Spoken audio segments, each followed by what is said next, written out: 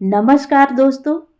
कहानियों की श्रृंखला में आज सुनेंगे प्रोफेसर अनीता वर्मा जी की कहानी अपराध बोध।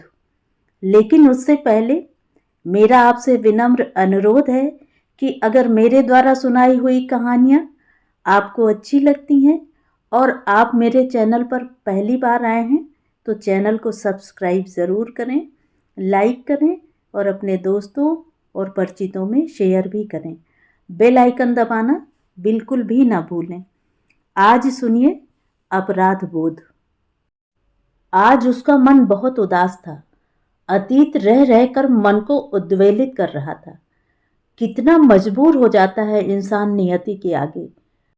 किंतु स्वयं के द्वारा ही तो लिया गया था वह निर्णय। वह नियति को क्या दोष देती। विचारों के भंवर में फंसी वह अपने को समझाने की असफल चेष्टा कर रही थी। हो सकता है विनय का आज मूड ठीक नहीं हो। वह ऐसा तो नहीं था।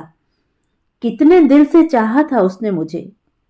कुछ समझ नहीं आ रहा था। दिमाग शून्य हो चला था। आखिर गलती कहाँ हुई। भावनाओं की आंधी चलती है तो तर्क ज्ञान के पत्ते उड़ जाते हैं। दिल डूबा जा रहा था। शिकायत करती तो किससे। सब बातों के लिए खुद को अपराधी महसूस कर रही थी। सुबह की घटना ने मन मस्तिष्क को झकझोर दिया था। क्या कसूर था मोनू का। उसका आंसुओं से भरा चेहरा अभी भी उसकी अंतरात्मा को कचोट रहा था। विनय के उस व्यवहार ने कितनी बेरहमी से उसके सपनों के महल को धराशायी कर दिया था। संपूर्ण दृश्य आंखों के सामने घूमने लगा। पापा पापा देखो मेरा रिपोर्ट कार्ड। मैं कक्षा में फर्स्ट आया हूं। खुशी मोनू की आंखों में छलक रही थी। वह नाश्ते की टेबल लगाने में व्यस्त थी। अचानक टी टेबल से चाय का प्याला विनय के पैरों पर गिरा। मोनू सहम गया था। वह कुछ कह पाती तभी विनय दहाड़ उठा। तमीज नहीं है, अंधे हो क्या। तड़ाक की आवाज सुनकर वह स्तब्ध रह गई थी। विनय आजकल चिड़चिड़ाने लगा था। उसका बदला व्यवहार समझ से परे था। क्या यह वही विनय है जिसने उसे और मोनू को सहारा देने की बात कही थी। जैसे तैसे नाश्ता निपटाकर विनय को ऑफिस के लिए विदा कर भारी मन से चाय का प्याला थामकर वह बगीचे में आ बैठी। बीता कल चलचित्र की भांति खड़ा अनेक प्रश्न पूछ रहा था। कितनी खुश थी वह गौतम को पाकर। वह आर्मी ऑफिसर था। वह उनके पड़ोस में ही रहता था। एक शादी समारोह में प्रथम मुलाकात के बाद ही वे एक दूसरे के करीब आ गए थे। शालू, क्या हम अपनी मुलाकात को रिश्तों का नाम नहीं दे सकते। प्रश्न भरी दृष्टि से गौतम बोला था। वह क्या कहती। उसने मुस्कुराकर मौन स्वीकृति दे दी थी। गौतम के परिवार में उसकी विधवा मां के अलावा और कोई नहीं था। उन्हें इस रिश्ते से कोई ऐतराज नहीं था। वह भी शालू को पुत्री के समान मानती थी। उधर शालिनी के माता पिता गौतम जैसा सुदर्शन दामाद पाकर खुश थे। अतः दोनों परिवार की सहमति से वे विवाह के बंधन में बंध गए थे। सभी उन दोनों की तारीफ करते नहीं थकते थे। वह मन ही मन अपने भाग्य को सराहती थी। आखिर गौतम के रूप में जीवन की अपार खुशियां जो मिल गई थी, ईश्वर से वह और क्या मांगती। उसे जिससे खुशी मिलती उसको पूर्ण करने में गौतम को आत्मसंतुष्टि मिलती थी। अच्छा व्यक्ति होने के साथ ही वह एक कर्मनिष्ठ और साहसी ऑफिसर भी था। खतरों से खेलने में उसे आनंद मिलता था। वह कभी अज्ञात भय से सिहर उठती तो वह हंसकर कहता, तुम भी व्यर्थ की चिंता करती हो, लंबी उम्र लिखाकर आया हूं। शालिनी यह सुनकर अपने को गौरवान्वित महसूस करती थी। आर्मी में बीच में कुछ दिनों का अवकाश होने पर जब वह घर आता तो मानो घर स्वर्ग हो जाता था। माँ भी अपने बेटे को देख फूली नहीं समाती थी। इस बार जब गौतम 15 दिन के अवकाश पर आया था तो वे सपरिवार अनेक स्थानों पर घूमने निकल पड़े थे। उसका कहना था, अरे भाई खाओ पियो और मौज करो। जीवन में क्या रखा है। ईश्वर ने मनुष्य जन्म दिया है तो इसे खुशी से जीना चाहिए। उसका यह दार्शनिक अंदाज दोस्तों में कभी ईर्ष्या का विषय बन जाता था। वे कभी कहते, भाई जिंदा दिल हो तो गौतम जैसा। समय कैसे पंख लगाकर उड़ जाता है, इसका उसे एहसास ही नहीं हुआ था।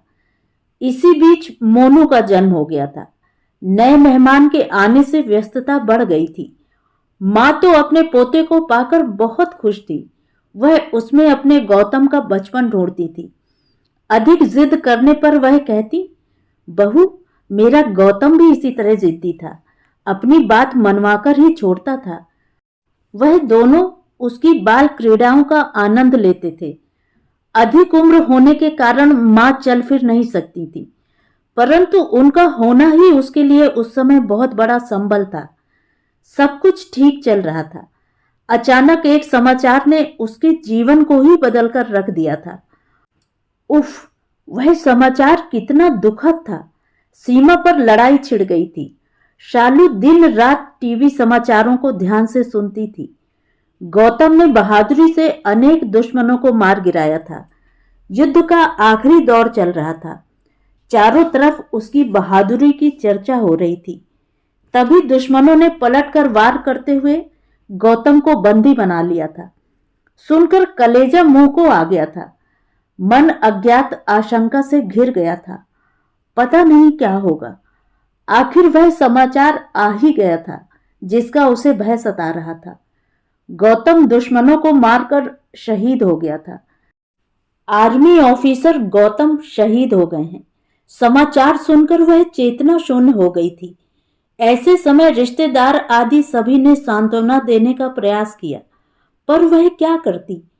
कई दिनों तक पागलों की भांति चुपचाप घंटों गौतम की फोटो निहारती थी। घर की दीवारों में मानो उसकी छवि बस गई थी। वह उन्हें एकटक देखा करती थी। गौतम की बूढ़ी मां अपने जवान बेटे की मौत का सदमा बर्दाश्त न कर सकी थी। उनकी आंखें चारों तरफ अपने पुत्र को खोजती थीं। अंत में वह भी चल बसी थी।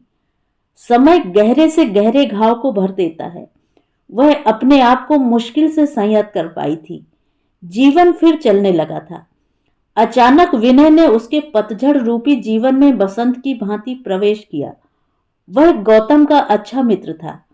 वह भी आर्मी में ही था। गौतम की मृत्यु के बाद उसने उसे ढाढ़स बंधाया था। पता ही नहीं चला कब और क्यों उसने शालू के जीवन में प्रवेश कर लिया था। वह धीरे धीरे उसके निकट आ गया था। एक दिन उसने कहा, शालिनी, तुम चाहो तो मोनू व तुम्हारी जिम्मेदारी मैं निभा सकता हूं। आखिर तुम्हारा पूरा जीवन पड़ा है, तुम्हें कोई सहारा तो चाहिए ना। मोनू भी उससे काफी घुल मिल गया था। विनय की उपस्थिति उसे खुशी देती थी। मोनू के भविष्य और खुद को संबल देने की बात से शालिनी आश्वस्त हो गई थी। यद्यपि नए वातावरण में सामंजस्य स्थापित करने में काफी वक्त लगा। अंत में विनय और शालिनी विवाह के बंधन में बंध गए थे। शालिनी के शुभचिंतकों और मित्रों ने उसे विवाह से पूर्व समझाया भी कि बच्चे के साथ उसे अपनाने में विनय को परेशानी होगी, और बोल भी दिया था, देखो शालू, तुमने अपने जीवन का निर्णय तो ले लिया है, अब आने वाली समस्याओं के प्रति सावधान भी रहना। किंतु उसने उन सब की बातों को हंसी में टाल दिया था। उसे लगता था उसने जो किया वह ठीक ही है। आखिर बच्चे के व्यक्तित्व के विकास में माता पिता का होना भी तो जरूरी है। पर शायद मोनू के भाग्य में कुछ और ही लिखा था। आज जो घटना सुबह घटित हुई थी, उसने शालू के भविष्य के स्वप्नों को चूर चूर कर दिया था। जिन बातों को उसने अत्यंत हल्के ढंग से लिया था, वही सच के रूप में साकार होकर आ रहा था। आज विनय का मुखौटा उतर चुका था। सचमुच कितना अंतर था गौतम और विनय में, जिसकी तुलना आज वह कर रही थी। शालिनी का मन धिक्कार उठा था। वह मोनू की गुनहगार थी, जिसने उसे व्यर्थ ही सौतेलेपन का व्यवहार सहन करने को छोड़ दिया था। वह तो समय के साथ अपने को सहज भी कर लेती, परंतु क्या मोनू का कोमल बाल हृदय इन सबको समझ सकता था? सचमुच आज गौतम रह रहकर याद आ रहा था। उसने न जाने क्या सोचकर उसकी यादों को उससे दूर कर विनय को अपनाया था। उसे आज अपना प्रतिबिंब अत्यंत घिनौना नजर आ रहा था। वह अपराध बोध से ग्रस्त थी। फूट फूट कर रोने को जी चाह रहा था। मोनू भी चांटा खाकर सो गया था। उसका मासूम चेहरा देख आंसू बह चले थे। उसका दिल कह रहा था, मैं तुम्हारी गुनहगार हूं बेटे, मुझे माफ कर दो। तो ये थी कहानी। कहानी आपको कैसी लगी कमेंट करके ज़रूर बताएं।